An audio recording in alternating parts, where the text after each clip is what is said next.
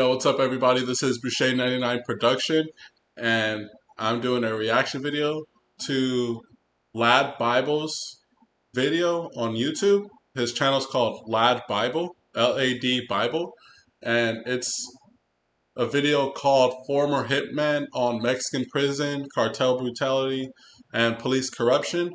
And we're gonna get to know. I read the video description. It said his name's like Sicario, or it's for the Sicario cartel or something of that sort. So I just want to do something different and watch an interesting video for educational and informational purposes. I hope you like, comment, and subscribe. Ended up getting in maximum security, and the And as you can see on the top left corner, it says this is graphic content. So at viewers' discretion is advised. Please just keep your toleration to an all-time high because I've never watched this, so I don't want you to see this and then it's too much for you. I just hope that viewers just riot popped off right 2 weeks when I was in there. There was 14 people killed. The main boss was decapitated, and they were playing basketball in with his head.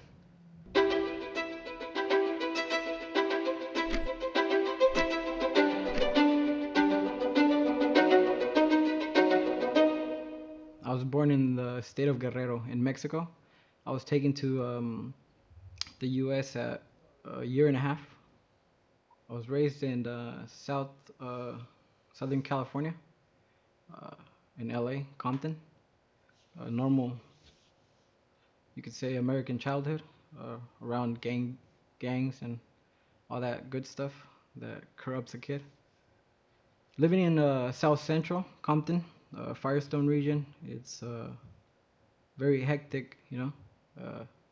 Growing up, you have to be careful where you're walking, what colors you're wearing, because obviously there's a lot of mugging going on, uh, theft, Grand Theft Auto, uh, gang banging, shootouts. So you're under a lot of stress the majority of the time. How did it kind of happen that you got involved in crime? Mm, Growing up in a broken family, um, the circumstances of why my father went to prison, that that pushed me towards gangs, towards committing crimes. I was in a way looking for a way out. So my father basically he raped my sister when we were young. Um, uh, the stress of seeing that obligated me to try to kill him. Stabbed my dad a couple times. Obviously, I was barely 12. Um, so I think that's the main reasons why I was trying to just get out of my own world because of the destruction that my own father had done. My father ended up doing 16 years in Avenel State Prison. Left us when we were really young. My mom being Mexican and not being able to speak the language, because it's not easy living in a country where you don't even know the language, and not having any help from any family members. So that was what pushed me into crime, into gangbanging, into hustling for money. What kind of crime was it first, and how did it progress? First, it was home invasions, theft, normal petty theft. Then it moved on to moving certain amounts of drugs to different counties, depending on where the person that was in charge of the game wanted you to move them. Anything to gun crime. How old were you at that point? Around 14, 15. When you're in gangs, you know the heat that you're gonna get yourself involved. Um, it's a lot of racial fighting going in because at the same time it's Mexicans against Mexicans and or other Hispanic gangs. They kill one of yours, you go looking for one of them. That's how I ended up as a gunslinger or a hitman, well, however you guys want to call it, a sicario. That's how I got involved in gun crimes. At that age, I was still young and stupid. Um, that's when I decided that, you know what, maybe I should try some luck in Mexico. Maybe try to get away from gangs, get away from the violence without really understanding what violence was. I'm All right. One thing I want to say is that so far, it just seems like a rough childhood for him. Like I've heard from a lot of Los Angeles. I see a lot of it, and it's a lot of gang activity growing up, broken homes, like he said he came from. And his story is interesting and it's unique in its own way because for him, he came from Mexico to the US and then he's about to go back to Mexico. And then at the same time, it's um, like most people come from Mexico into America and then they try to look for opportunity and this is the better side. And then he said it was bad for him. This side wasn't helping him. It was just leading him down the wrong path. So now he's going back to Mexico, and that's what he's about to get into right here. myself took the decision of going back to Mexico, trying to find something better for me in itself. Uh, at the age of 17 was when I decided to go back to Mexico. Obviously, it's not the same thing because culture differences. I was raised with Chicanos, Mexican Americans that spoke English, that spoke Spanish. Going back to Mexico, where there's only Spanish-speaking people, the culture is different. It's a little bit harder to involve yourself in society. So you're always looking out for people that look like you, that speak like you, and that act like you. That's how I ended up in Mexico.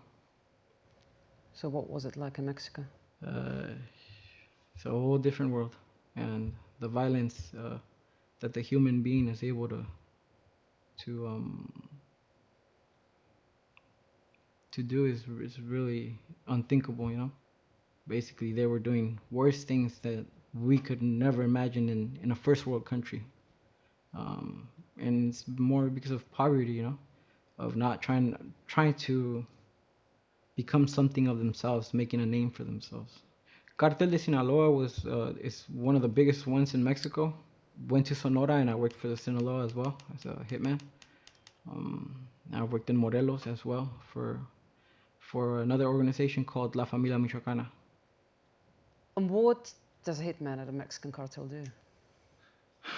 You take care of the dirty work. Um, Obviously, they're always fighting routes towards the U.S. They're always fighting for the, how can you say this, for the permission of extortioning and uh, stealing from the rich in whatever state they're in, um, and fighting the enemies.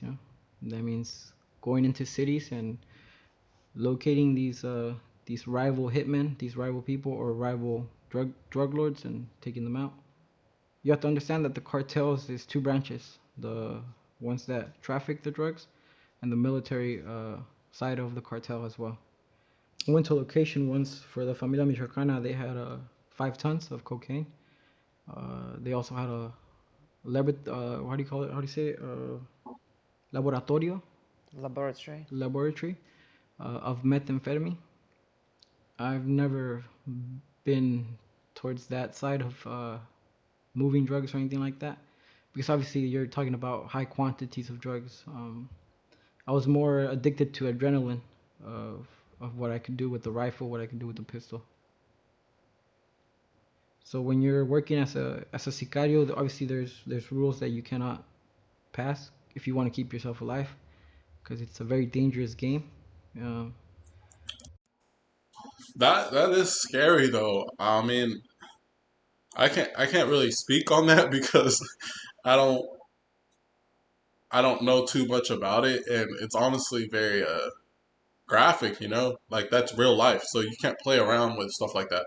You can't play around with people's lives, and he's saying that since this is a first world country, in the United States of America and going out there and seeing like how violent and stuff gets, it's scary, you know. I mean, not for him because he was kind of working for the cartel, so it's just um, it was like a whole new world for him. Like he said, it was just a whole new world basically, and it was trying to pretty much blend in and find people who were like him. And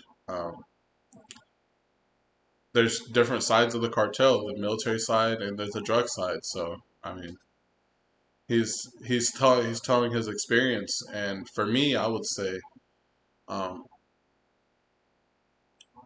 it's just it's real. It's making it more real for me because I hear about this stuff, but I don't see it. I don't. He's actually a hitman for them, so this is like someone that was in like behind the scenes, not behind the scenes, but he was, you know, on the stage doing these things. He was like on the stage. So I want to just say like, comment, and subscribe. And that was something that was taught to me since the beginning. Never get high with anything that they move, in order for you to keep yourself on guard and on point on what you're doing.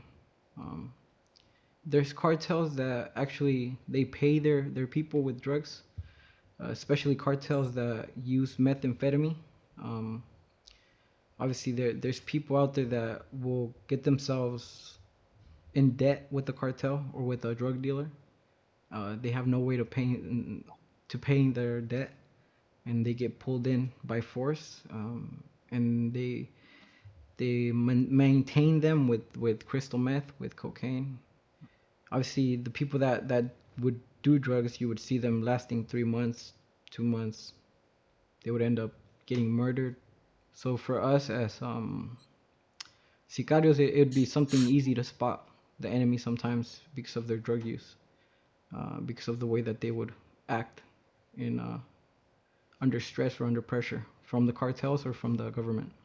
I think it's just more like they're using them as, how you say it, uh, cattle for the slaughter. If you're a professional, you know that what you do is you just put two in the chest and one in the head. That's it. It's better to have them dead than to have them to have evidence where the government will be able to incriminate you. Do you feel like in Mexico, if you want to kind of earn money, you have little choice but to get involved with the cartel?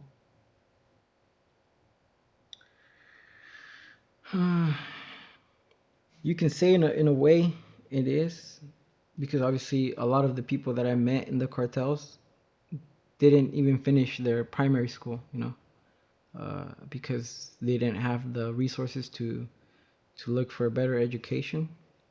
In a part it is, in a part it's not. It's more about the influence that society gives them, the type of music that they hear, what they see on TV. That's what they feel inspired to be like that, and when in reality they have no idea what that life is all about. Were you ever scared for your life? Every day, that's how you live. Anybody that says that they're not scared of that type of life is probably lying. I think being scared is very important in order for you to keep yourself alive. Every time that I would get close to somebody, that person would get murdered, and it was just a circle that was not ending. So when talking to people that are in this environment, and when talking to people that think that they're gangsters, or they're about that life, you can tell right away if they're lying or not, just by asking them what kind of weapon they use. So you can tell when someone is an expert, and you can tell when someone is just bluffing on what they're saying. We have a saying, los huevos te llevan a la destrucción. Your balls as a man will get you killed right away. So you have to use the intelligence, and you have to use your balls, because obviously that's what it is. You can't just be running around there thinking you're the biggest and the baddest, because there's always going to be someone bigger or badder than you. One thing I want to say is that I think that's where a lot of people's opinion and their image of the cartels they come from is like from TVs and like all this like propaganda in a way. And from hearing from someone from firsthand experience is way different because they're like speaking facts and they're telling you how it is. And like him, he's being honest. He's saying, you know, like they don't know like what it really is. You can tell when someone's bluffing or when they're really about that life. So it kind of gives off the impression that there's a lot of people that are acting like they know what they're talking about, and he's saying like they don't. Like you can instantly tell when they're not, and he's seen this before his eyes, so it's a reality for him, and then it's like virtual reality for other people. And I'm not saying it's nothing to glorify. This is nothing to glorify. Like it's graphic, and this is people's lives that we're talking about. So I just want to say that if if this is affecting you in any type of way, I just hope that you know you feel better and you seek better things. And it seems like kind of become. It seems like he's becoming a better person. He's realizing like that life isn't meant to be like that. There's something else out there for him that's way better. There's actually like peace and like happiness more than just violence and you know all this other stuff. When's the last time you woke up and felt good? Is police connected to cartels? Yeah, definitely. Local police are 100%. State police, you could say 50-50. It's basically the same law that Pablo Escobar told the government. Now it's plata o plomo, you know? It's money or lead, whichever one you want. There's certain cartels that don't really give them the option of giving them money. They rather give them lead and go to war. Because obviously it's more like a guerrilla type war, and whatever they can acquire from those state government, that means rifles, that means life jackets, that means whatever they can take off their dead bodies, they'll take, then rather than give them any money to bribe them.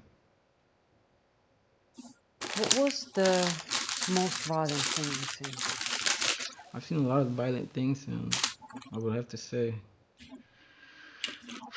this time they was a time where they picked up like around 12, 15 people.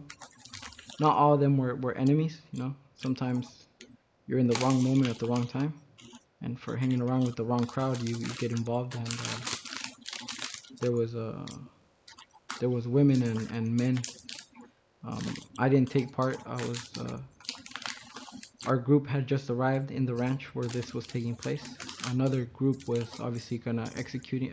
Was gonna execute them, but they were obviously recording everything to send a message to the rivals. And they went at it with axes and chainsaws. And they dismembered everybody. Why would they do that? What's the So basically, they want to put out a message. You know, maybe this person took money away from the cartel, or they got involved in businesses where they didn't come through. In order to make sure that other associates don't follow the same route, they put them as an example. Once the society or the people where these people are operating, they see several heads appear in the morning with a big old message, or several pieces of bodies scattered around the city, then it's easy for you to go and ask for extortion from anybody. And they with the fear that that might happen to them or to their family members, they will pay. That's another saddest thing about one of the saddest things is the families and just innocent people that are getting killed because they're tied to someone who might have screwed over the cartel. And the deaths of violence that they'll go into for someone that, like, you don't want to get involved or owe the cartel or do anything that is gonna put your life in danger. And that's just from what I'm getting, because if they're killing women, family, or women, men, whoever's in the circle at the time, if you're at the wrong place, wrong time, like you said, it's real life. And I mean, it's like that in a lot of countries. I feel like in the third world countries. I mean, I heard some stuff about, where was it? Like in India, like certain places, India. Um,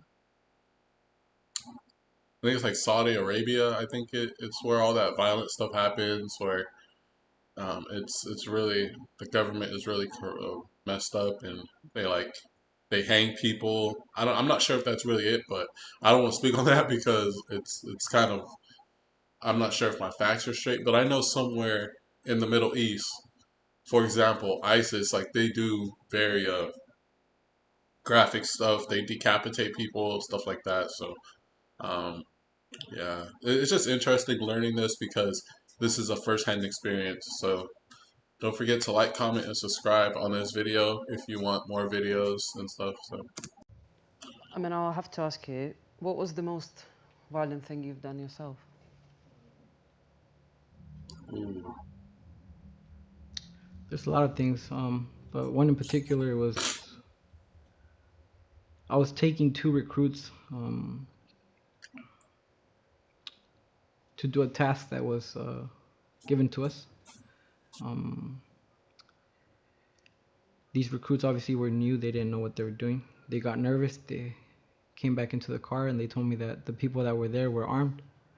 Um, we pull up near this person, and this person is obviously a rival.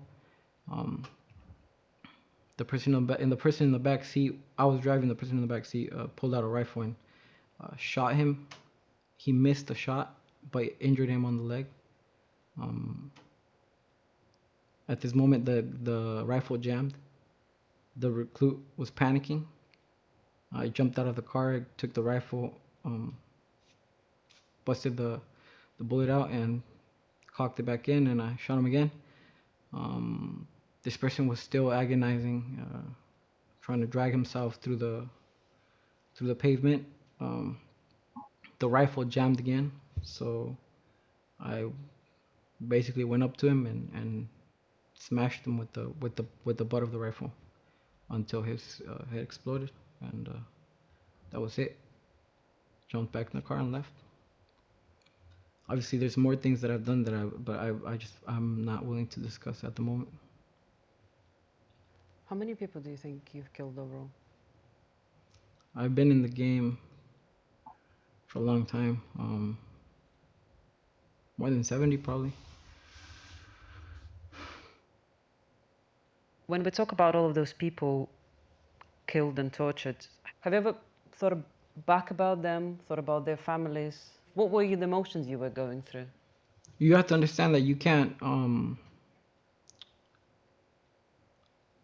take anything personal. It's only a job, you know. It's only business, and the moment that you do take it personal, everything goes south. There's definitely there's honor in it. Uh, I think that's the only way that you survive, you know. That's the only way that karma doesn't hit you in your back, is by having honor. Obviously, honor in the way that how you handle yourself, you know. Obviously, there is sometimes that I think about a lot of things every day, you know. In my case, had no family. Try to avoid being even close to anybody that you had any feelings towards, because it could have they could use that as leverage. I mean, it sounds harrowing, but it also sounds like quite a lonely existence, I guess. It is. It is. If you want the performance of stainless steel, the versatility of cast iron, and the convenience of non-stick. So I know you went to prison. Can you explain how and why you got there? Yeah. They had killed someone real close to me, and I went out of my way to look for these people and get that situation taken care of. While I was in in the area where I had taken care of these people, I was caught up by state and federal government, and I was arrested, taken, tortured, and then later on informed that I was being accused of murder in first degree. That's how I ended up in prison. And what was the sentence? They wanted to give me 30 years of prison for murder. I only did 3 years. Prison is a whole different ballgame to what prisoners in the U.S. might feel that prison is about.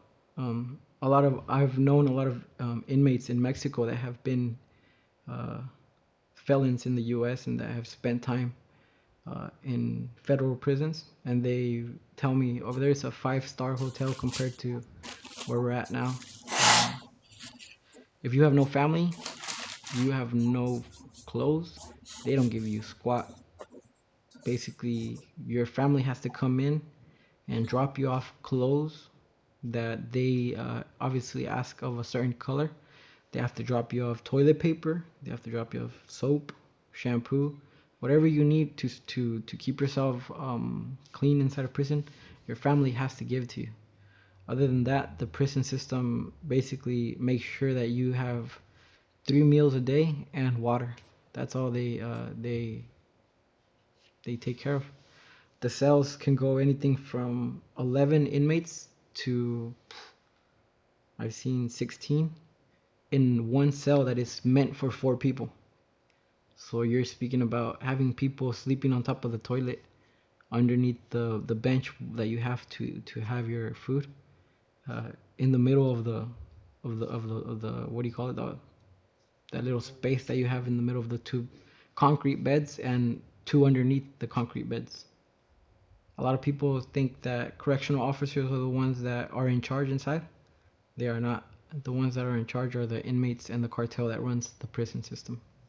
Because for every prison that there is a cartel behind it. The guards are sometimes they have no option, you know? It's like they're there between the sword and the wall. If they don't cooperate with what the cartel wants, then they know that they're going to be dealt with outside. Um, so they try to just keep it chill, you know, in the way that they know who not to mess with and who they can obviously put their hands on.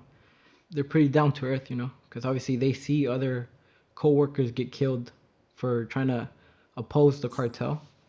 What they're doing is they're basically trying to survive and trying to get the best of it. Because That's just a whole nother story of its own right there. The prison system inside the Mexico and who they're ran by. And he said it's by the inmates. And there's a cartel behind every prison, just like how there's taxpayers and what was it, governments behind the prisons in the U.S. So it kind of collides. It's just that when one is more corrupt, it's just there's certain people in charge that don't have certain powers, and in the U.S. it's more organized, and it's what is it? How would I say that? It's more um, governized. I would say more people have like their hands involved. Like they have their metaphor would be like they have their foot in the pie or they got their hand in the door, something like that. Like they're more involved. There's like all types of people that pay taxes. There's all types of people that like visit prisons. There's doctors, nurses. It's like a whole business inside of the U.S. Every prison is a business, right? But then in the Mexico, it's more of like trafficking. It's money. It's a business running, but just it's more like hostage.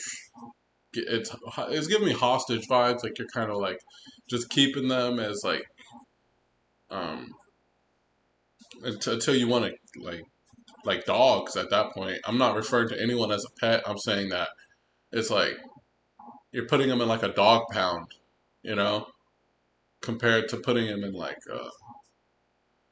what was it? Like a hotel. You know, it's just and it's nothing to glorify. It's just realistic. And I've heard stories about people when they talk about like the Mexican jails and stuff like that. And you go to jail in Mexico for like anything. Like the cops arrest you, like they could just book you in. It's like they could say, "Oh, you did something," and it doesn't have to be that serious. You were just involved in like a riot after like a soccer game, or you were at the wrong place at the wrong time. There was like a riot or just something like that, I would say, in my opinion. Or you're stealing, so they just throw you in there real quick, like something like that. But I can't speak too much on that. But for me, he's saying it's very graphic in there. It's very harsh. It's inhumane in a way. They put 16 people in like a small cell. Like who knows how many people are going through that right now. And you just gotta keep that in mind. Like when you think you really have a bad, think about people that have it worse, and there's always someone that has it better. But I mean, there's always room for improvement. You could always improve. Obviously, there's a lot of bribery going on, and there's a lot of prostitution inside of prison as well, with the inmates, like with the female inmates, because obviously there's prisons where there's female and male. They're in different sections, but the prison guards, their money is prostituting the female inmates that are inside. When I ended up in prison, because of the nature of my case and for the cartel that I was working for, I was privileged to be moved to a certain area where I was entitled to several stuff, and obviously I was given a job that was interrogating anybody that was coming in for drugs, for homicide, for kidnapping, and we would go in with the permission of the security of the correctional officers, pull out smartphones, start taking pictures, start interrogating inside of the prison. When I arrived in prison, obviously they promise you the stars, that they're going to get you out, that they're going to help you, that they're going to continue on supporting you. Obviously those are all lies. What they want is basically they want you to put whoever you have out there that is loyal to you as a person, because they know who you are, keep them working for their organization. So obviously, when I saw that the my case was not progressing and that I had no benefits in having a lawyer from the cartels, because at the end of the day, sometimes those lawyers are working for someone else, you know. So they're not there to try. They're not there trying to get you out. They're there to make sure that you stay in. Um, so I basically washed my hands and said, you know what, I'm done with you guys. I ain't with the rivals. I ain't with you. I just want to be left alone, because obviously my time here is gonna be long. They didn't accept that, and obviously there was repercussions. Um, was being to the degree where I have a broken rib, a busted eardrum. Uh, when I got better, I spoke to a lot of people that were in the prison with me, that were Chicanos, and they weren't just part of the cartel. They were just Chicanos, you know. And we made a riot. We popped the prison, like it's commonly known. Um, we murdered two of them, two of their leaders, and made a big party. We got transferred to a state prison, a maximum security state prison, and I spent another year and a half in that prison. I think those were the most violent ones. The prison where I had come from was a prison of approximately 500 to 600 inmates, and I was taken to a prison where there was 13,000 inmates. I think it's one of my experiences that I will never forget. Just the amount of things that I saw inside. Um, ended up getting in maximum security, and the riot popped off right 2 weeks when I was in there. There was 14 people killed. The main boss was decapitated, and they were playing basketball in with his head. The anti-riot correctional officers came, and they knocked on the door, on the maximum security door, to try to get in, and they weren't allowed in. They put all the dead bodies in the main entrance, and they told them that there was no problems inside maximum security, that all they wanted was them to take their trash. For a moment, I started laughing to myself. I was like, yeah, they're not gonna listen to us. They did. They went back. The people that lift up the dead bodies and the criminal investigations came in, took their pictures, and took the bodies. All that built up of violence and memories and people that you loved gone starts getting to you, starts eating up what you have left of a human inside of you. You have everything, you have money, you have drugs, you have women, but you don't have peace. You start thinking about what's there to come after you die, because you see people go left and right. And there was occasions where obviously you're in gunfights that last up to 2 hours, hour and a half, and you don't really know if you're gonna come out of those gunfights. So I started questioning everything, started questioning who I was and why I was there, and if what I was doing had any honor, if it was worth dying for. I wasn't about to go back to prison. So mentally I was preparing myself to obviously get murdered, and end my life in combat. But like I said, I started questioning everything because of the level of stupidity of other lieutenants, and knowing how the game works. You're just a pawn for the real people that are making money. They're not gonna worry for you. They're not loyal to you. You're just something that can be replaced by something else. That sounds very similar to like any other, like, you know, the military, I would say, or just anything, like any chain of command. Like once the higher ups, like you're kind of just working underneath their command, and then he's just saying like there was no value in it. There was no honor. Nobody, you're not getting respect for it. It's not worth dying for, just pushing orders and running someone else's orders. And that's just what I'm getting. I'm new to this, and I'm learning about him. And this is my first time reacting to a LADBible video. So, I mean, it's interesting in its own way. Um, it's very graphic, and it's reality for a lot of people. So it's something that's always interesting to watch, in my opinion. I think that's when I realized that, you know what, I speak two languages. I speak English, I speak Spanish. I'm not someone that is stupid. I've been able to survive this long. Like there should be a purpose of why I'm still alive. Because in reality, I was looking for a way out. I still had bottled up the emotions of living in a scarred family, and especially the trauma that you go when you see your own father do something like that. Like it was around January. It was cold. We were up in the mountains, and in my head, we were going into some conflict with another lieutenant that basically wanted to take what I had. So he was trying to get me killed at the same time, and it was killing the lieutenant and getting into more problems with the cartel, and running to another cartel for trying to get help, obviously, or it was leaving everything the way it was, just leaving everything behind. Just got my person out of there, and that's what at the end of the day I did. Just left my rifle, took my vest off, left the drugs that we had in the car, left the money that I had in the car, stole one of their pickups, and just drove until the gas ran out.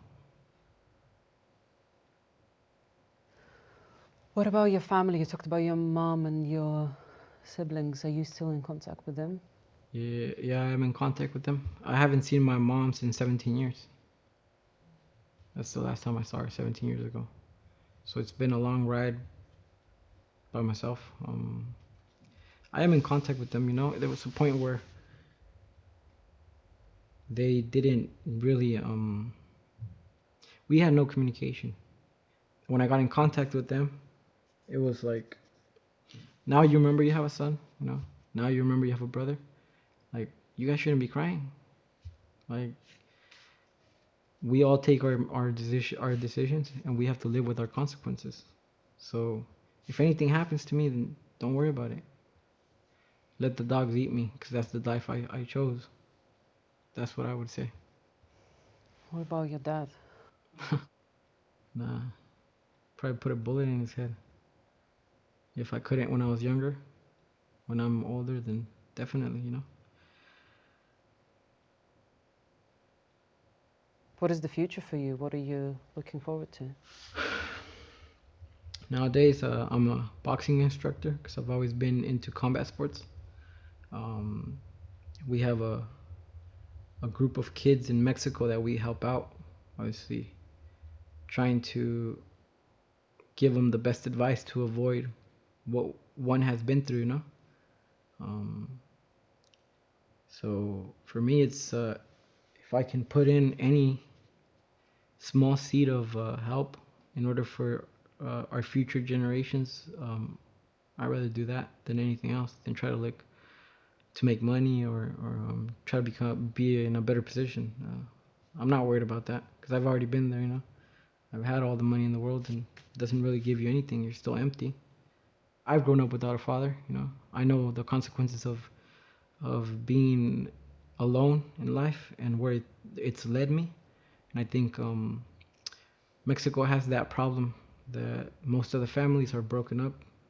You see kids running around 3 in the morning, 4 in the morning, you know. Um, and sometimes they just need that extra motivation of someone that believes in them. So that's what's there for me right now. There is obviously quite a lot there. Do you think this has an impact on you? Do you think there's any PTSD or anything like that? Yeah, I suffer of PTSD, suffer insomnia, um, lack of emotion sometimes. Sometimes they tell me that I'm very cold. Uh, it's something that you can't just let go out of the blue, you know. I think it takes time to understand that you're no longer in that life, you know, and try to lower your guard because obviously in that life you're always with your guard up. You don't really know how to deal with normal people. You don't know how to deal with your family. In my case, it's difficult to just try to pretend that all of that stuff has been left behind when it hasn't. Does anything haunt you from all of those days?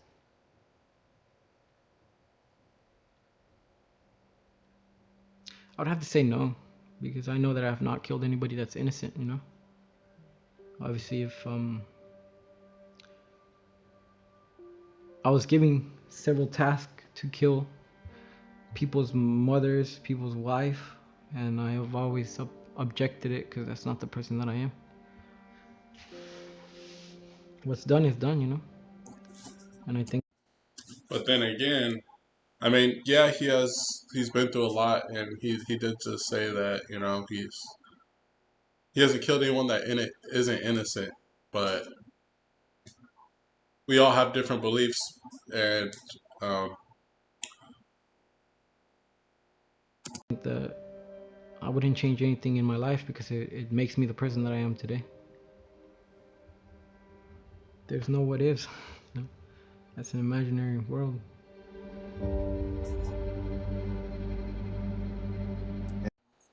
I just want to say thank you for watching. This was an interesting topic, interesting information. I mean, of course everyone kind of hears the stuff here and there about what happens in like Mexico and stuff like that, and like third world countries, and just corruption and stuff like that. So I just want to say that I wish everyone's blessed. I wish you greatness. I wish you peace. And topics like this, they can hit you hard, but not everyone has it good. You really gotta sit down and you gotta look around you and see what you really have. And, just be grateful, be there for your family. And like this man right here, he changed his perspective. Of course, he did those things, he worked with a cartel, but at the same time, he's trying to help the youth not be that way. He's trying to help people find different ways to go about themselves, give them motivation. And like he says people all the time, he said all they need is that little bit of motivation and that person to look up to. So there's still, like no matter what you've been through, you can still have a story to tell people and help them get better. When I react to other videos, I always think like, wow, like that person would be a great counselor. And yeah, like he's still a normal person. It's not like he's any different. It's just that he's been through a lot, and he had an interesting story, and I appreciate watching this interview by LADBible. It's a little more graphic, a lot more graphic than most of the stuff that I watch, but at the same time, I mean, I wanted to try something different, and just like, comment, subscribe. Let me know what you think. If there's other videos that you want me to watch, just feel free to let me know in the comments. I'd appreciate that, and everyone have a good day.